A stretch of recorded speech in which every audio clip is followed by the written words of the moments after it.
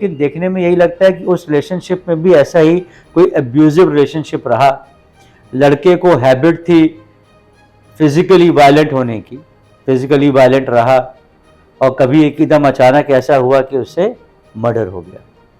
Sir, क्या ऐसे जो लोग होते हैं उनकी साइकोलॉजी मैं थोड़ा जानना चाहता हूँ। क्या उनका कोई बचपन अलग रहता है या क्यों इतनी हद तक वो चले जाते हैं? एक तो मैंने बोला ऑब्जर्वेशनल लर्निंग समाज की, और एक हमारे यहाँ साइकेट्री में होते हैं लोग जो एंटी सोशल और कंडक्ट डिसऑर्डर्स होते हैं।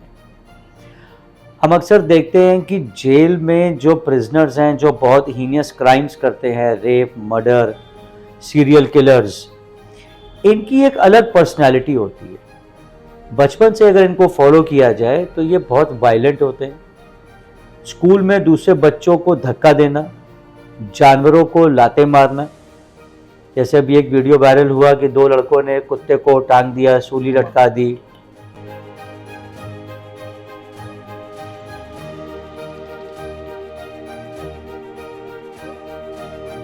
हमने देखा कि कुछ दिन पहले दिल्ली के अंदर एक दर्दनाक हादसा हुआ जिसमें एक व्यक्ति ने अपनी लिव इन पार्टनर के 35 टुकड़े कर दिए।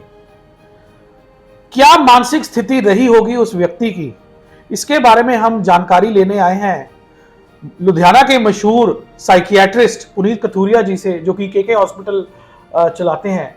सर, पहले तो आपका बहुत बहुत वेलकम है। Thank you ji. And sir, ये केस जो आया है दिल्ली में जिसमें एक व्यक्ति ने 18 टुकड़े करके 35 पीस कर दिए अपनी लिव इन पार्टनर के, ये कैसे साइकोलॉजी है इस इंसान की, क्या कहना चाहेंगे आप?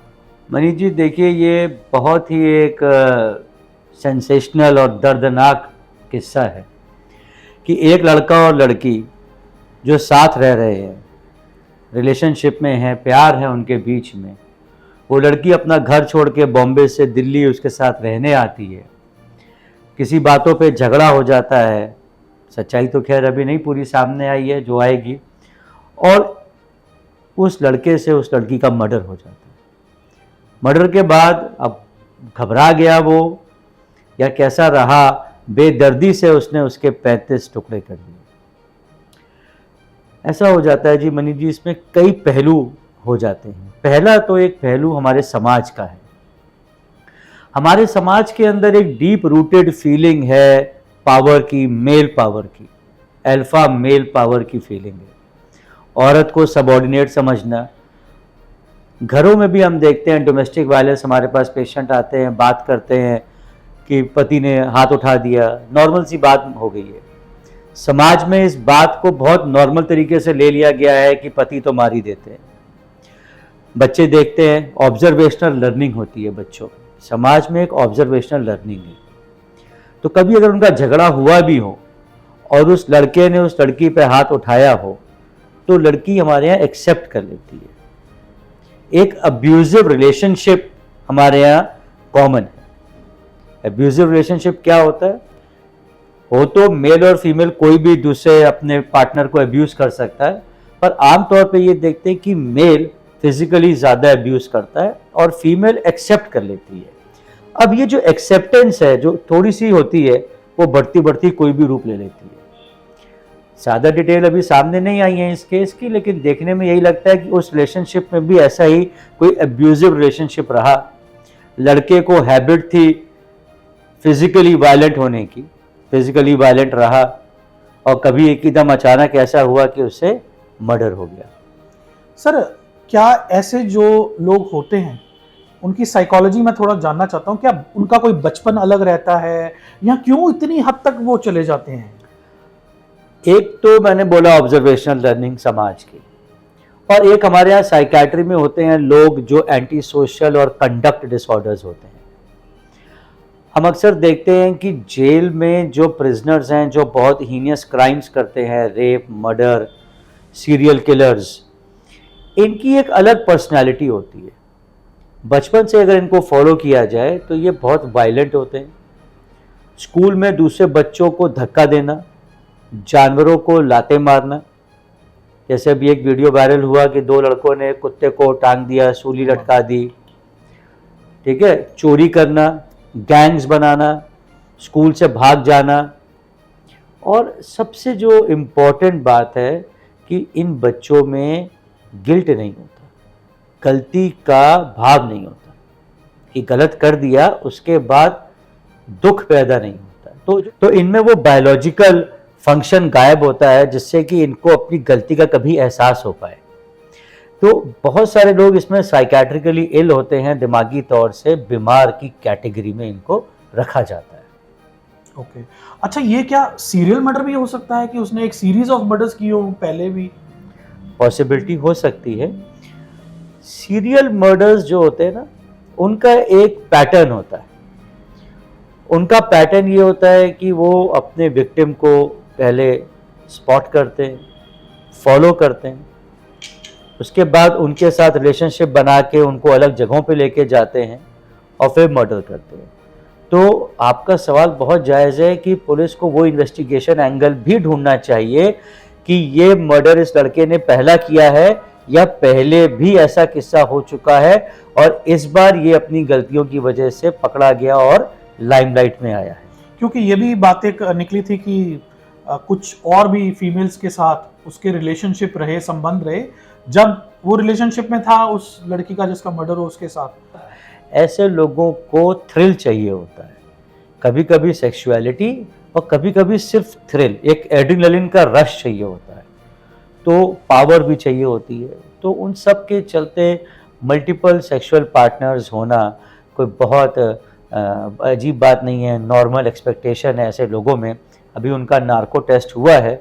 नार्को टेस्ट का मतलब मैं आपकी ऑडियंस को बताना चाहूँगा कि कुछ केमिकल्स यूज़ करके, दवाइयाँ दे करके मरीज से या इंसान से या जिसने क्राइम किया है उससे कुछ सवाल पूछे जाते हैं जिसको कि वो फिर अपने आप से झूठ नहीं बोल पाता, वो सच बोल देता है। उसका बीपी, पल्स, उसका बहुत सारी जो पैरामीटर्स होते हैं वो मेजर किए जाते हैं, उससे मालूम चल जाता है कि वो झूठ बोल रहा है कि नहीं। जैसे आप झूठ बोलते हैं तो आपकी धड़कन तेज़ हो जाती है, पसीना आ जाता है, उस तरीके से वो मेजर हो जाता है तो पता चल जाता है। तो अभी उनका नार्को टेस्ट हुआ ही है तो पता लग जाएगा। Wonderful wonderful. अच्छा डॉक्टर साहब, हम देखते हैं आजकल सुसाइड की भी बहुत ज़्यादा बढ़ चुके हैं। लुधियाना में भी हमने सुना एक पुलिस मुलाजिम ने सुसाइड किया, और भी हम सुनते हैं कि कुछ लड़कियां सुसाइड कर लेती हैं, लड़के सुसाइड कर लेते हैं, उनके अगर मार्क्स अच्छे नहीं आते। तो ये प्रॉब्लम क्यों है हमारी सोसाइटी में? मनीष जी, ऐसा है कि सुसाइड, अगर आपको जान के भी हैरानी होगी, हर 40 सेकंड में दुनिया में एक सुसाइड होता है। सुसाइड मतलब आत्महत्या एक सबसे बड़ा प्रिवेंटेबल कॉज है कि हम बचा सकते हैं किसी की जान। देखिए, कोई बीमार हो गया, कैंसर हो गया, उसको बचाने में थोड़ा मुश्किल होती, परेशानी होती, लेकिन सुसाइड विक्टिम को हम बचा सकते हैं अगर हमें थोड़ा सा भी पहले अंदाज़ा हो जाए कि हम आत्महत्या के पर्सन से डील कर रहे हैं। अब सुसाइड क्यों होता जा रहा है? उसके कई कारण हैं। लोग अलग हो रहे हैं, स्ट्रेस बढ़ रहा है, वर्क आवर्स ज़्यादा हो रहे हैं, रिलैक्सेशन का जगह नहीं है, टाइम नहीं है, महंगाई है, सोसाइटी में अवेलेबल मेडिकल फैसिलिटीज, सोसाइटी में अवेलेबल सिक्योरिटी, बच्चों में अनएम्प्लॉयमेंट है। तो बड़े सारे फैक्टर्स होते हैं जो मिल करके एक समाज को बनाते हैं। उस समाज में जब हमको वो सेफ्टी नेट नहीं मिल पाता तो अकेला महसूस करते हैं, उदास हो जाते हैं। ये गलत धारणा है कि अगर घर में कोई कह रहा है कि मैं मर जाऊंगा या मैं मरने की इच्छा होती है मेरे अंदर, तो हमारे घरों में क्या होता है, हम उसे कहते हैं नहीं नहीं ऐसी बातें बिल्कुल मत करो, दबा देते हैं इन बातों को, बुरा मानते हैं। मेडिकल साइंस का ये कहना है कि अगर कोई भी आपके सामने, खासकर अगर वो बुजुर्ग है, 60 साल से ऊपर है, अगर वो थोड़ा सा भी आत्महत्या का जिक्र कर रहा है तो उससे डिटेल में बात करें, उससे डिटेल में बात करें, उसको मेडिकल हेल्प दिलाएं, साइकोलॉजिकल हेल्प दिलाएं। और मैं आपके माध्यम से आपके दर्शकों से ये भी शेयर करूंगा कि बहुत जल्द ही हम एक सुसाइड प्रिवेंशन हेल्पलाइन लॉन्च कर रहे हैं लुधियाना में, जिसमें कि अगर आपका इच्छा हो रही है, आपके मन में विचार आ रहे हैं आत्महत्या के, आपके मन में विचार आ रहे हैं बुरे बुरे कि मैं यहाँ से छलांग लगा लूँगा, मैं अपने आप को ख़त्म कर लूँ, मैं और जीना नहीं चाहता हूँ, तो आप हमारी हेल्पलाइन पे फ़ोन करके free of cost voluntary confidential help पा सकते हैं। और इसी सिलसिले में हमने 20 तारीख को एक गूगल मीट के ऊपर ऑनलाइन संडे को शाम को 4 से 5 सुसाइड के ऊपर एक लेक्चर भी रखा है, जिसको कोई भी लोग अटेंड कर सकते हैं। आपके माध्यम से हम उस गूगल मीट का जो लिंक है वो शेयर करेंगे। ब्यूटीफुल। अच्छा डॉक्टर साहब, आप हमें थोड़ा सा अपने बारे में बताएं, क्योंकि आप काफ़ी टाइम से लगभग 15 साल से आप साइकेट्री में हैं, साइकोलॉजिकल लोगों का आप जांच पड़ताल करते रहते हैं। आपका एक बहुत नामी गिरामी हॉस्पिटल भी है, तो अपनी स्टडी और अपने एक्सपीरियंस मैंने मनीष जी 96 से 2001 में दिल्ली में प्रेस्टिजियस मौलाना आज़ाद मेडिकल कॉलेज से अपनी ग्रेजुएशन MBBS करी है। फिर दिल्ली में Lady Hardinge Medical College, Delhi University का एक और प्रेस्टिजियस कॉलेज है, वहाँ से मैंने अपनी MD साइकेट्री की पढ़ाई शुरू कर ख़त्म करी 2006 में। 2007 से मैं पंजाब में प्रैक्टिस कर रहा हूँ। एक हॉस्पिटल लुधियाना में है KK हॉस्पिटल, और एक मलेरकोटला में प्रेम न्यूरो साइकेट्री सेंटर के नाम से है। ये 2 हॉस्पिटल हम चलाते हैं।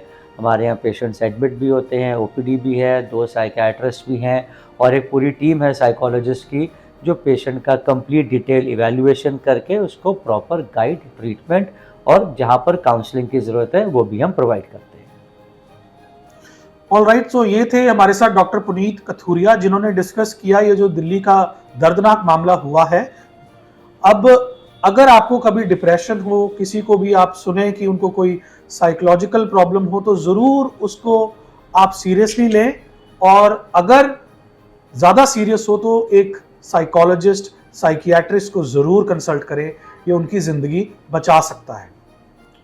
मैं मनीत सिंह अब आपको मिलूंगा अगली बारी। देखते रहिए Ludhiana post. I am signing off from KK hospital, श्रृंगार सिनेमा रोड, लुधियाना।